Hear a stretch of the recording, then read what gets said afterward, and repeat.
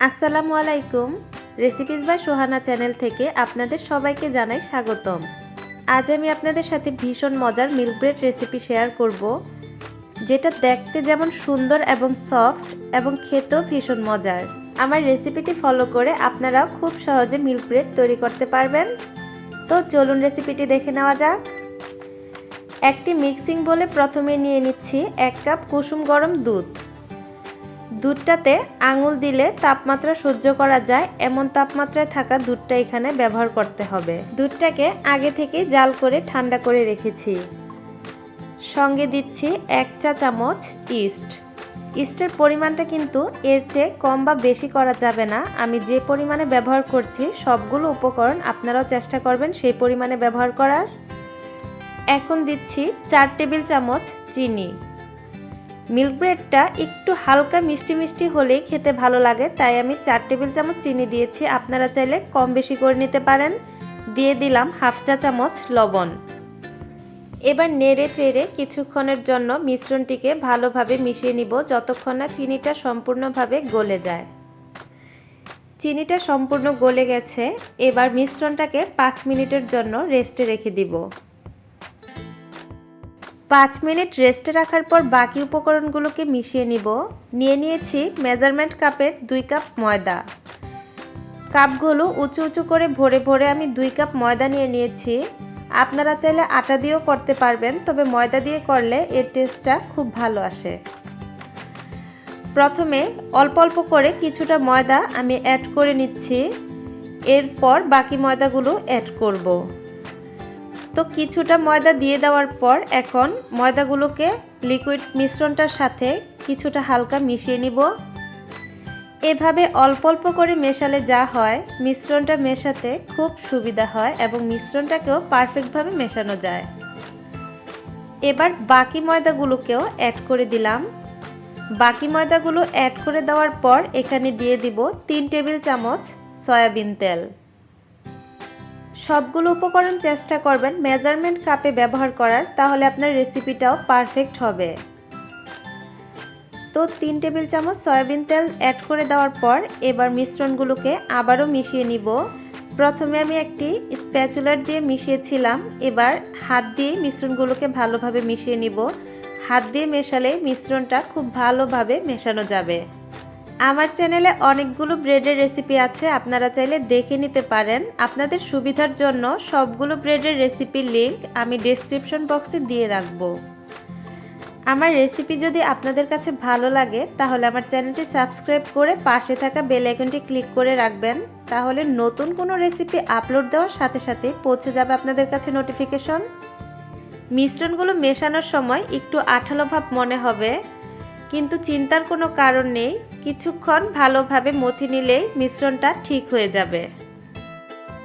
অনেকে হয়তো ভাবতে পারেন যে এখানে আরও কিছুটা ময়দা অ্যাড করতে হবে, কিন্তু আমি বলবো না, ময়দা অ্যাড করার কোনোই প্রয়োজন নেই। কিছুক্ষণ ভালোভাবে মথে নিলেই ডোটা পারফেক্ট হয়ে যাবে। যে কোনো বেকিং আইটেম করতে গেলে প্রয়োজন ধৈর্য এবং সময়ের। এই দুটো যদি সম্পূর্ণ ঠিক থাকে তাহলে সেই রেসিপির রেজাল্টটাও কিন্তু ভালো আসবে। কিছুক্ষণ মথে নেওয়ার পর হাতে কিছুটা তেল নিয়ে নিচ্ছি, তাহলে ডোটাকে মথে নিতে আরও সহজ হবে। আপনারা নিশ্চয়ই খেয়াল করেছেন ডোয়ের ভেজা ভাবটা কিন্তু চলে গেছে। প্রায় 10 মিনিটের মতো সময় নিয়ে ডোটাকে ভালোভাবে মথে নিব, তাহলে ডোটা পারফেক্টভাবে হয়ে যাবে। যদিও ভিডিওটা বড় হয়ে যাচ্ছে, তবু আমি চেষ্টা করছি আপনাদের সম্পূর্ণ ডিটেলসে বুঝিয়ে দেওয়ার, যাতে আপনাদেরও খুব সুবিধা হয় ব্রেড তৈরি করতে। তো ডোটা ভালোভাবে মথে নেওয়া শেষ। ডোটা ভালোভাবে 10 মিনিট মথে নেওয়ার পর ঠিক এমন একটা ডোয়ে পরিণত হবে। এবার ডোটাকে গোল করে এভাবে ছড়িয়ে দিতে হবে। এবার হাতে কিছুটা তেল নিয়ে ডোয়ের উপরে তেলটাকে হাতের সাহায্যে মাখিয়ে নিব। এবার ডোটাকে ঢেকে 1 ঘন্টার জন্য রেস্টে রাখতে হবে। আমি একটি বক্স দিয়ে ঢেকে রেখেছি এবং এই ডোটাকে গরম জায়গায় রাখতে হবে, মানে যেখানে ফ্যান চালানো যাবে না এমন একটি জায়গায় রাখতে হবে, তাহলে ডোটা পারফেক্টভাবে ফুলে উঠবে। 1 ঘন্টা অপেক্ষা করার পর এবার ঢাকনাটা সরিয়ে দিব। এর মধ্যে কিন্তু আমি একবারের জন্য ঢাকনাটা সরাই নিই। তো আপনারা দেখতেই পাচ্ছেন ডোটা ফুলে ডাবল হয়ে গেছে। এবার হাতের আঙুল দিয়ে ডোয়ের ভেতরে থাকা বাতাসগুলোকে বের করে নিব।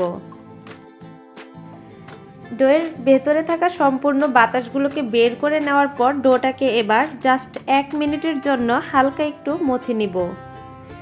এ পর্যায়ে ডোটাকে বেশি মথে নেওয়ার প্রয়োজন নেই, জাস্ট 1 মিনিট মথে নিলেই চলবে। এবার ডোটাকে ভাগ করে নিতে হবে, সেজন্য আমি কি করছি আপনারা ভালোভাবে দেখুন, তাহলে আপনারাও বুঝতে পারবেন।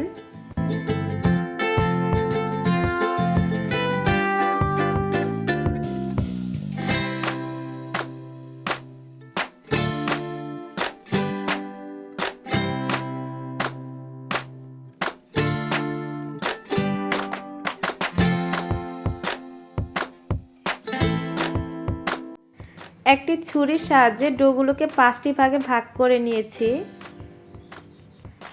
এবার ব্রেডটি বেক করার জন্য নিয়ে নিয়েছি 7 ইঞ্চির একটি মোল্ড। মোল্ডের ভেতর দিয়ে দিব কিছুটা সয়াবিন তেল। এবার মোল্ডের চারপাশে খুব ভালোভাবে তেলটাকে লাগিয়ে নিতে হবে। আমি হাতের সাহায্যে তেলটাকে খুব ভালোভাবে মোল্ডের ভিতর লাগিয়ে নিচ্ছি। এবার যে 5টি ভাগে ভাগ করে নিয়েছিলাম সেখান থেকে একটি একটি করে নিয়ে এভাবে হাতের সাহায্যে কিছুটা লম্বাটে শেপ করে নিতে হবে।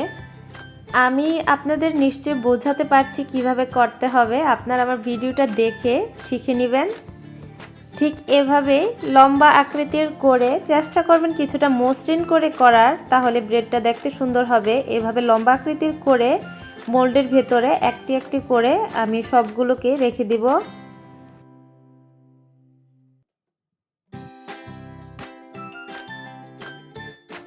আর এই কাজটি খুব দ্রুত করতে হবে, বেশি সময় নিয়ে করা যাবে না। এক এক করে সবগুলো ডো তৈরি করে নিব এবং সঙ্গে সঙ্গে মোল্ডের ভিতর রেখে দিব।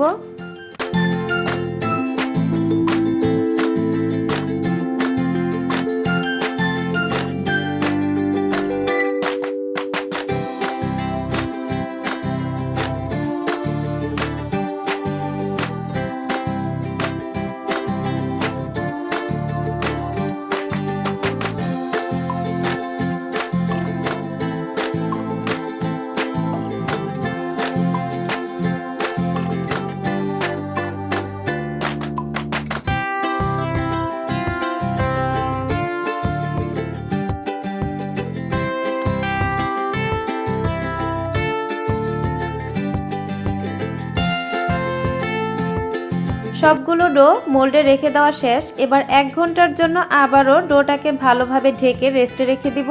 মোল্ডটা যেহেতু একটু লম্বাটে তাই বক্স দিয়ে ঢাকা যাবে না, আর এটা কিন্তু কোনো প্লেট দিয়েও ঢাকা যাবে না, কারণ ডোটা যখন ফুলে উঠবে তাহলে কিন্তু প্লেটের গায়ে লেগে ডোটা নষ্ট হয়ে যাবে। সেজন্য আমি একটি বড় সাইজের পাতিল দিয়ে ডোটাকে ঢেকে রেখে দিচ্ছি। 1 ঘন্টা রেস্টে রাখার পর পাতিলটা সরিয়ে দিচ্ছি। দেখতেই পাচ্ছেন ডোটা ফুলে কিন্তু ডাবল হয়ে গেছে। এবার সঙ্গে সঙ্গে কিছুটা লিকুইড দুধ ব্রেডের উপরে হালকাভাবে ব্রাশ করে দিতে হবে।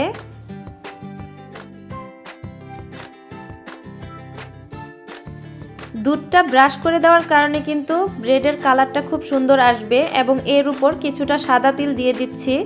এটা সম্পূর্ণই অপশনাল, আপনাদের কাছে যদি না থাকে তাহলে না দিলেও চলবে। এবার দেরি করা যাবে না, ব্রেডটাকে যত তাড়াতাড়ি সম্ভব বেক করে নিতে হবে। ব্রেডটা আমি চুলায় বেক করে দেখাবো, সেজন্য চুলায় একটি হাঁড়ি বসিয়ে এর ভেতরে একটি স্ট্যান্ড রেখে হাঁড়িটাকে 5 মিনিটের জন্য প্রিহিট করে নিয়েছি। এবার ব্রেডের মোল্ডটা হাঁড়ির ভেতরে দিয়ে দিব আর হাঁড়ির ঢাকনা দিয়ে ঢেকে দিব। এর মধ্যে যদি কোনো ছিদ্র থাকে তাহলে সেটা অবশ্যই বন্ধ করে দিতে হবে।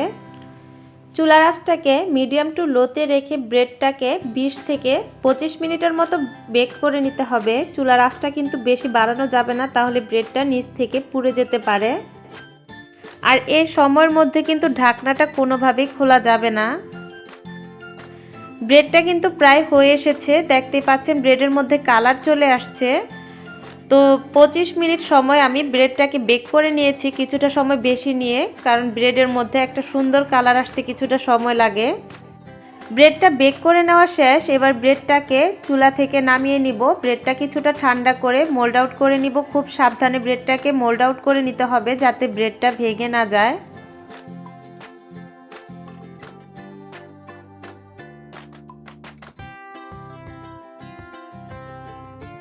তো আপনারা নিশ্চয়ই দেখেছেন কতটা সুন্দর হয়েছে আমার ব্রেডটা, এবং ভেতর দিয়েও এটা খুবই সফট হয়েছে, খেতেও কিন্তু ভীষণ মজার।